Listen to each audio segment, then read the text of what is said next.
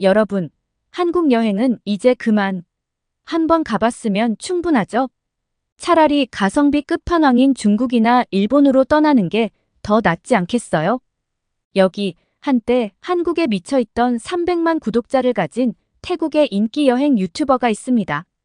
그런데 이 유튜버가 갑자기 돌변해서 한국이 아닌 중국과 일본을 추천하고 있다고 하는데요. 도대체 무슨 일이 있었던 걸까요?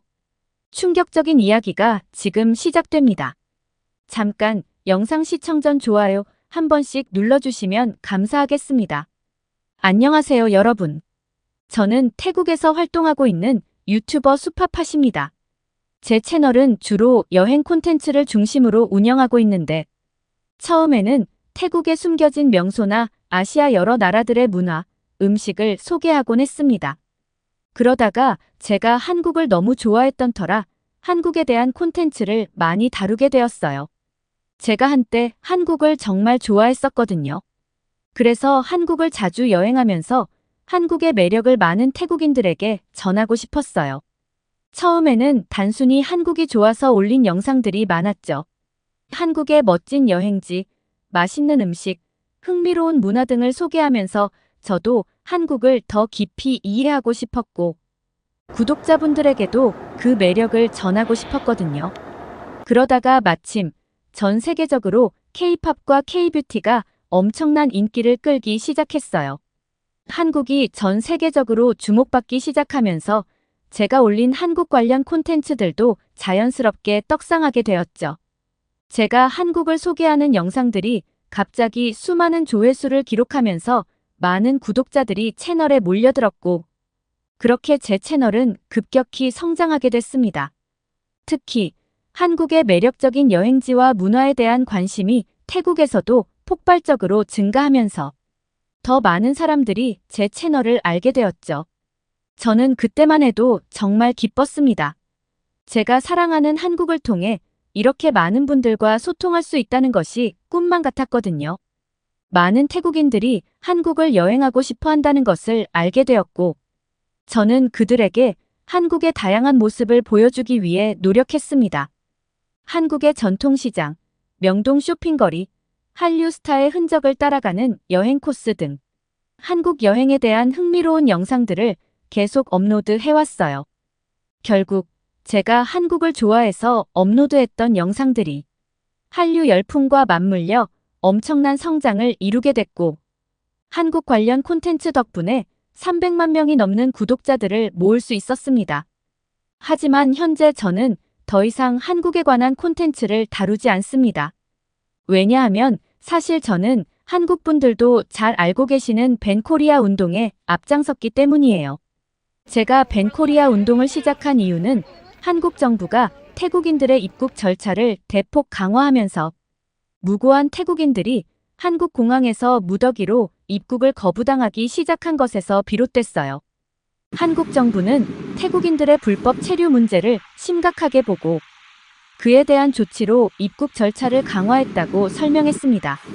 하지만 제가 느끼기에는 죄 없는 태국 사람들마저도 모두 범죄자 취급을 받는다고 생각했습니다. 게다가 솔직히 말하면 한때 한국을 정말 사랑했던 제가 이렇게 누구보다 앞장서서 벤코리아 운동을 선동한 이유는 저 역시 직접 한국 공항에서 입국을 거부당하고 구금된 경험이 있었기 때문입니다. 저는 단순히 한국으로 여행을 하러 갔을 뿐이었는데 입국 심사관님께서 제 여권을 보고 왜 한국 방문 기록만 있고 다른 나라에 간 내용이 없느냐면서 입국을 거부하셨어요. 그 결과 저는 한국 공항에서 구금되어 있다가 결국 다시 태국으로 강제 송환되고 말았습니다. 그때 너무 억울하고 화가 났었어요. 그래서 그 상황을 실시간으로 라이브 방송을 하게 됐죠. 그 방송을 보신 많은 분들이 저 대신 한국의 이러한 부당한 대우에 화를 내주셨고 덕분에 제 영상은 엄청난 주목을 받기 시작했어요. 솔직히 말하면 그때 제 안에 분노가 컸습니다.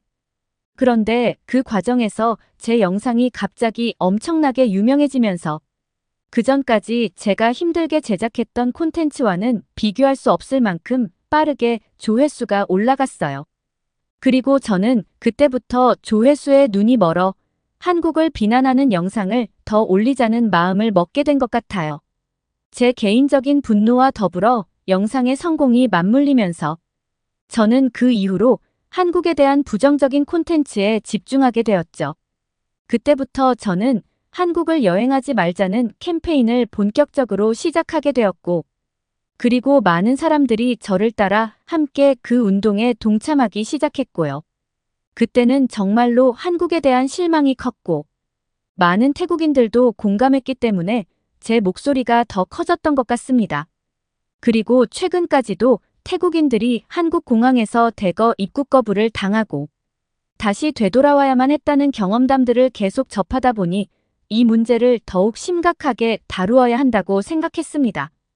그리고 저는 한국 여행과 관련된 콘텐츠들을 점차 비공개 처리하기 시작했어요. 그동안 한국의 매력적인 여행지와 문화를 소개하던 영상들은 이제 더 이상 올바른 방향이 아니라고 생각했죠. 대신 왜 우리가 한국 여행을 중단해야 하는지, 한국에서 태국 사람들이 겪는 불편함과 부당한 대우에 대해 이야기하는 새로운 콘텐츠들을 제작하기 시작했습니다. 처음에는 단순히 제 실망감과 분노를 담은 영상들이었지만 그 영상들을 본 수많은 사람들이 공감하고 응원해주는 모습을 보면서 저 혼자만이 아니었다는 걸 깨달았습니다. 한국에 대한 불만과 분노를 가진 태국인들이 생각보다 훨씬 많았던 거죠.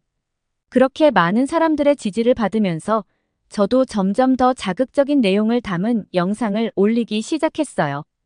조회수도 계속해서 상승하고 한국에 대한 부정적인 감정이 커져가는 것을 느낄 때마다 저는 더 강력한 콘텐츠를 제작하게 되었습니다. 심지어 제가 이렇게 반한 감정을 담은 콘텐츠를 만들면서 한 여행사로부터 중국 여행 협찬 제의까지 들어왔습니다. 그 내용은 한국보다 중국이 더 가성비가 좋고 볼 것이 많다는 주제로 영상을 만들어 달라는 것이었죠. 그때는 마침 태국인들의 한국 입국 거부 사태가 계속되면서 대부분의 태국 여행사들이 한국 대신 중국이나 일본 여행 패키지 상품을 앞다투어 내놓고 있는 상황이었어요.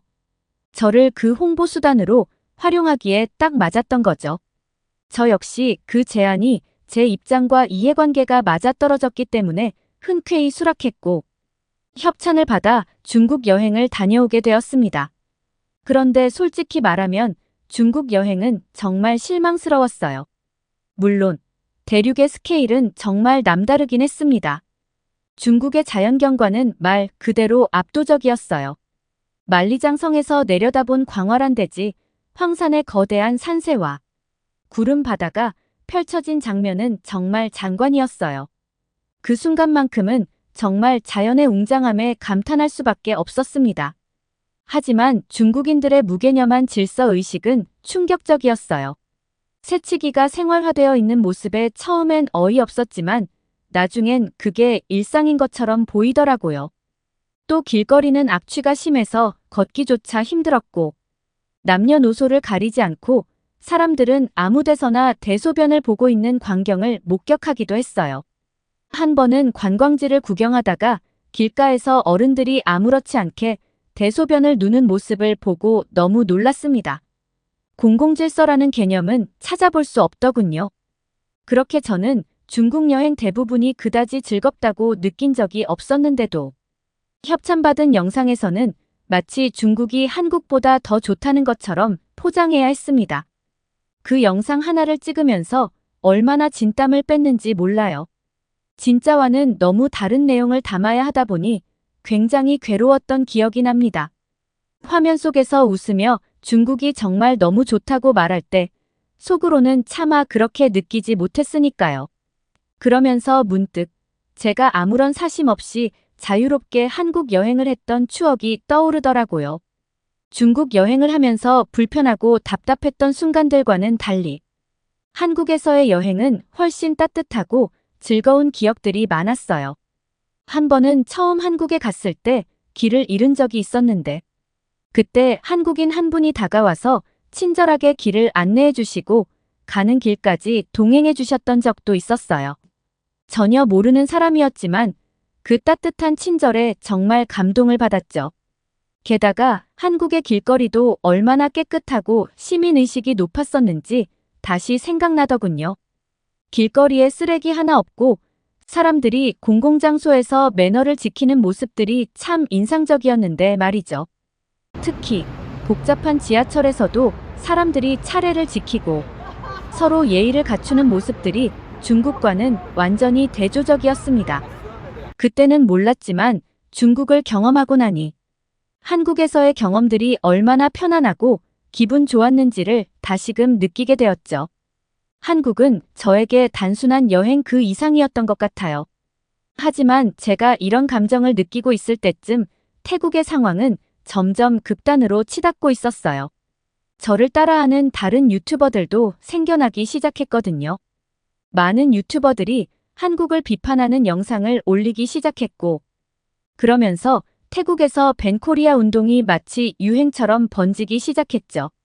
소셜미디어에서는 밴코리아 해시태그가 달리기 시작하면서 더 많은 사람들이 이 운동에 동참하게 되었고, 한국을 여행하지 말자는 목소리가 곳곳에서 들려왔어요.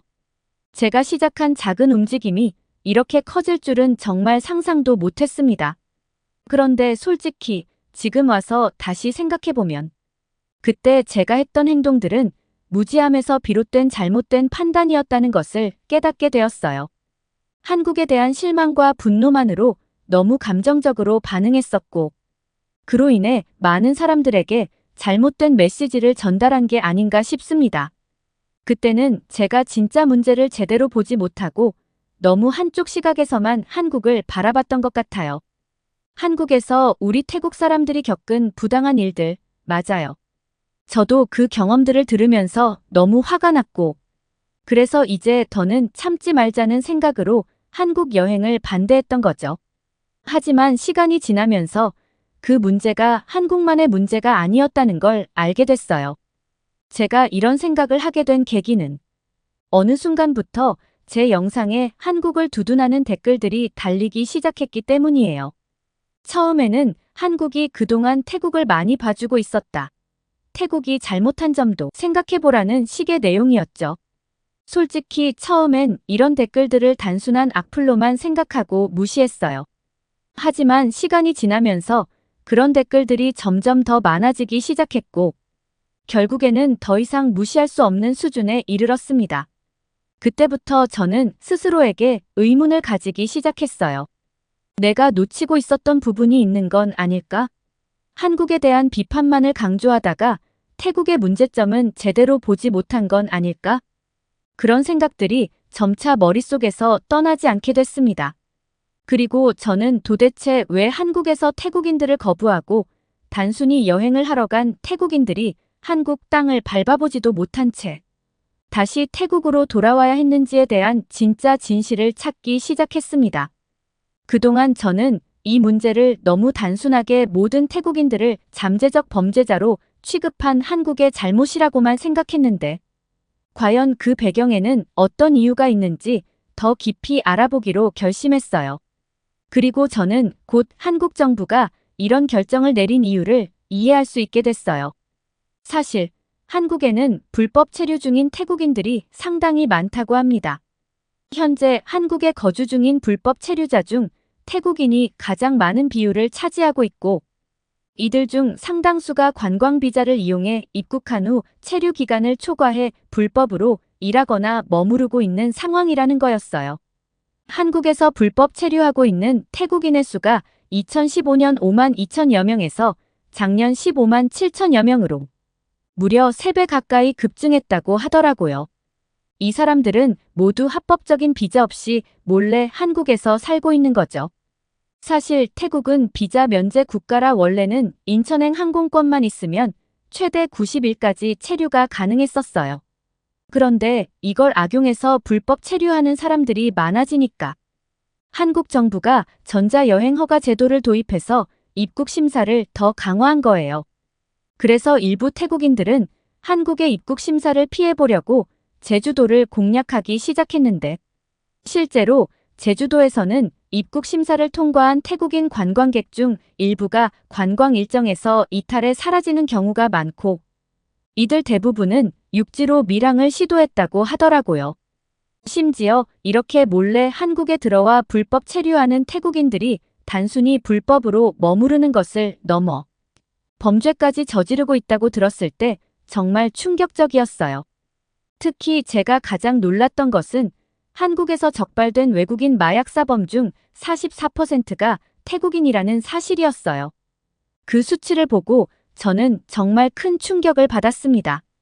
한국은 과거 마약 청정국으로 불릴 만큼 마약 범죄에 있어서 매우 엄격했고 마약이 퍼지지 않는 안전한 나라로 유명했죠. 치안 또한 세계 최고 수준이라 많은 관광객들이 안심하고 한국을 방문하곤 했습니다. 이런 한국이 태국인들에 의해 마약 문제에 직면하고 있다는 사실은 정말 예상치 못한 일이었어요. 제가 한국에 여행했을 때도 그곳의 안전함이 얼마나 돋보였는지 기억납니다. 밤늦게까지 길을 걷거나 대중교통을 이용해도 전혀 불안함을 느끼지 않았어요. 한국은 그런 치안 덕분에 전 세계에서 많은 관광객이 찾아오는 곳이었죠. 그런데 태국인들로 인해 한국에서 마약이 퍼진다면 한국 정부로서는 강경한 대응을 하지 않을 수 없다는 것을 깨닫게 되었어요. 태국 사람들은 한국의 이런 대응을 차별로 느낄 수 있지만 한편으로는 이런 범죄 문제에 강하게 대응하지 않으면 한국 내 치안과 안전이 위협받을 수밖에 없다는 현실도 무시할 수 없겠더라고요. 그런 문제들을 알게 되면서 한국 정부가 왜 그렇게 태국인들에 대해 입국 절차를 강화할 수밖에 없었는지 조금씩 이해하게 되었습니다. 그럼에도 불구하고 많은 무고한 태국인들이 마치 범죄자 취급을 받는 상황은 여전히 마음이 무거운 부분이었지만요. 게다가 한국 정부가 태국 불법 체류자 문제로 골머리를 썩고 있을 때 태국 정부가 이런 현실에 대해 거의 무관심하게 나몰라라 하고 있었다는 사실을 알았을 때는 정말 충격적이었어요. 사실 처음엔 한국이 너무 태국인들에 대해 강경한 대응을 하는 게 아닌가 싶었지만 그 배경에는 우리 태국 정부의 방관이 있다는 것을 알고 나니 복잡한 감정이 들기 시작했습니다. 처음에는 한국 정부가 태국인을 너무 억압적으로 대하는 것 같아서 분노했지만 시간이 지나면서 문제의 뿌리가 우리 태국에 있다는 걸 깨닫게 되었어요. 수많은 태국 사람들이 한국에 몰래 들어가 불법 체류를 하고 그로 인해 한국의 치안과 사회 질서가 위협받고 있는데도 태국 정부는 이 문제를 방관하고 있었던 겁니다. 그동안 태국이란 나라의 자부심을 느끼며 살았는데 이런 문제를 보며 처음으로 내 나라가 남의 나라에 피해를 끼치는 나라가 되어버린 현실이 부끄럽게 느껴졌습니다. 왜 태국 정부는 이런 상황을 방관하고 있는 걸까? 왜 우리의 불법 체류 문제를 제대로 해결하려고 하지 않는 걸까? 이런 생각들이 머릿속을 떠나지 않았어요. 태국인들이 한국에 가서 불법 체류를 하며 마약을 유통시키고 범죄를 저지르며 한국 사회에 해를 끼치는 동안 태국 정부는 별다른 대응 없이 그저 지켜보고만 있었던 거죠. 이번 일로 처음으로 한국에 대해 미안하고 심지어는 부끄러운 감정까지 들었어요. 우리가 한국 사회에 끼친 피해가 얼마나 클지, 그리고 한국인들이 우리를 어떻게 바라볼지 생각하니 마음이 무거웠습니다. 그리고 정확한 상황을 파악하고 나니 저는 더 이상 한국에 대한 부정적인 영상을 만들 수 없었습니다. 이런 사실을 알고 나서도 한국에 대한 부정적인 감정을 앞세운 콘텐츠를 만든다는 건 제 양심에도 맞지 않았습니다. 저는 더 이상 사실을 외면하고 감정에만 휩싸여 한국을 비난할 수 없게 되었어요. 그리고 저는 지금 현재까지 수개월째 유튜브 영상을 업로드하고 있지 않는 상황이에요. 하지만 지금 태국인들의 상황을 보고 있자면 이미 한국 정부의 강경한 대응의 원인을 알고 있음에도 불구하고 여전히 무작정 한국을 비난하려는 사람들이 많다는 것이 너무 안타깝습니다. 사실을 제대로 파악하지 않고 그저 감정적으로 한국을 물어뜯기만 하려는 모습들을 보면 마음이 무거워져요. 이런 지경까지 오게 된 데에는 저에게도 책임이 있다고 생각합니다. 제가 벤코리아 운동을 선동하고 부정적인 영상들을 만들어 많은 사람들의 분노를 자극했으니까요. 그로 인해 반한 감정이 커지고 지금의 상황에 어느 정도 기여했다는 생각이 들면서 후회와 함께 마음이 더 무겁습니다. 이 사태가 더 극단으로 치닫기 전에 태국 정부가 빠르게 해결책을 찾아줬으면 좋겠어요.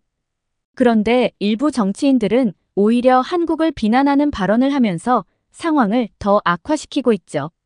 태국여행협회 부회장은 한국이 넷플릭스 콘텐츠로 지나치게 과대평가되었다며 차라리 중국이나 일본이 더 명소가 많다고 말하는 실수를 했어요. 이런 반한 감정 때문에 한국인 관광객이 점차 줄어들고 있는데도 태국 정부는 거의 손을 놓고 있는 상태예요. 이유는 간단합니다.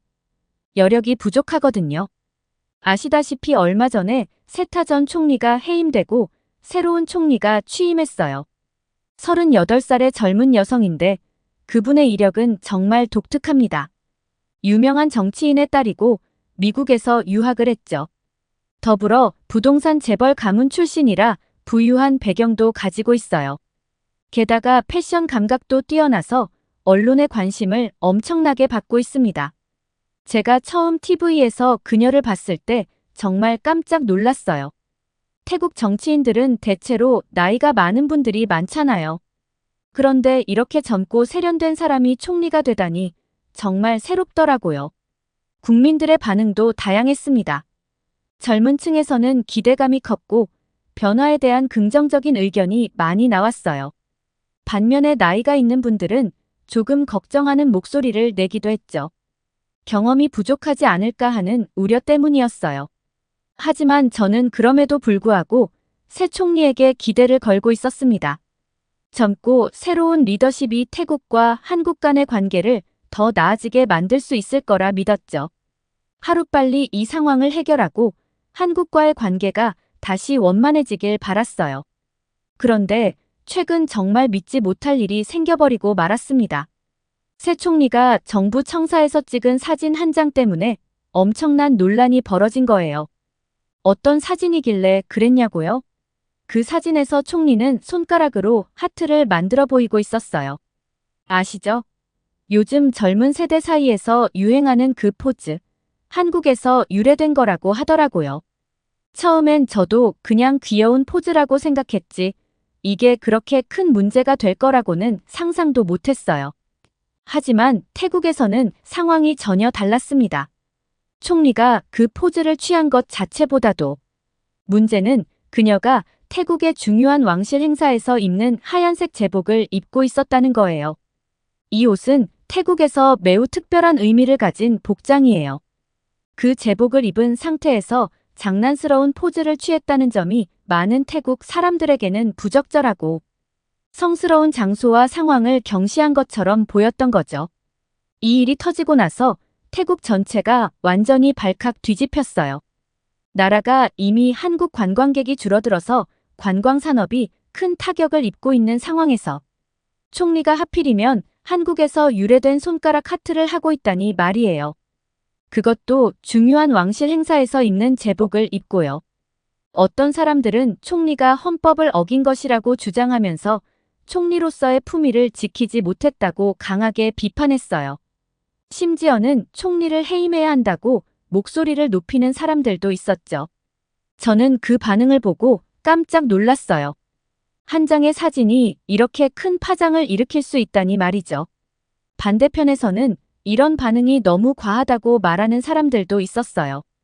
젊은 총리가 국민들과 친근하게 소통하려고 했을 뿐인데 이를 이렇게 심각하게 받아들일 필요는 없다는 거죠. 하지만 이런 의견은 소수에 불과했어요. 대부분의 사람들은 총리의 행동이 매우 부적절했다고 생각하고 있었죠. 그런데 제가 답답한 것은 정작 중요한 문제들은 뒤로 한 채 사진 한 장 가지고 나라 전체가 들썩인다는 거예요. 지금 관광 산업이 심각한 위기에 처해 있고 한국과의 관계도 점점 악화되고 있는데 사람들이 그 부분은 외면한 채 손가락 하트 하나에만 집중하고 있다는 게 너무 안타깝습니다. 현재 태국 내에서 한국 관광객이 점점 줄어들고 있다는 소식이 계속 들려오고 있어요. 심지어 한국의 큰 명절인 추석 때에도 태국을 방문하는 한국 관광객을 2만 명 정도로 예상했었는데 기대와는 달리 몇십 명에 그쳤다는 소문까지 돌고 있죠. 태국은 관광 수입으로 경제를 지탱하는 나라라서 이렇게 한국인 관광객이 줄어들면 서민들의 걱정이 이만저만이 아닙니다. 일각에서는 중국인 관광객을 받으면 된다는 말도 나오고 있지만 그게 그렇게 간단한 문제가 아니에요. 하루가 멀다 하고 중국인을 손님으로 받은 상인들 사이에서 불만의 목소리가 터져 나오고 있거든요. 저는 태국과 한국의 관계가 하루빨리 다시 원만해지길 바랄 뿐입니다. 양국 간의 오해와 갈등이 풀려서 한국인 관광객들이 다시 태국을 찾아줄 날이 오길 간절히 바라고 있어요. 아마도 제가 이런 생각을 하고 있다는 사실이 알려지면 저를 지지해 주셨던 많은 구독자분들이 배신했다면서 저를 비난할지도 모르겠어요. 그동안 한국을 비판하며 저와 함께 목소리를 높였던 분들에게는 충격일 수도 있겠죠. 하지만 이제는 더 이상 제 자신을 속일 수는 없을 것 같아요. 사실을 알고 나서도 그저 조회수와 인기를 위해 부정적인 콘텐츠를 만들며 제 감정을 외면하는 건 옳지 않다고 느끼고 있습니다. 오늘의 사연, 여러분은 어떻게 들으셨나요? 한때 한국을 사랑했던 한 유튜버가 본인의 입국 거부 경험을 통해 한국에 대한 실망과 분노로 밴코리아 운동을 주도하고 결국 후회를 하고 있다는 내용이었습니다. 때로는 우리가 경험한 좌절이나 분노가 진실의 일부에 불과할 수 있으며 더 깊은 이해와 분석이 필요할 때도 있습니다. 오늘의 사연이 좋으셨다면 구독과 좋아요를 눌러주세요. 여러분의 구독과 좋아요는 영상 제작에 큰 힘이 됩니다. 끝까지 시청해주셔서 감사합니다. 더욱더 감명 깊은 사연으로 찾아뵙겠습니다.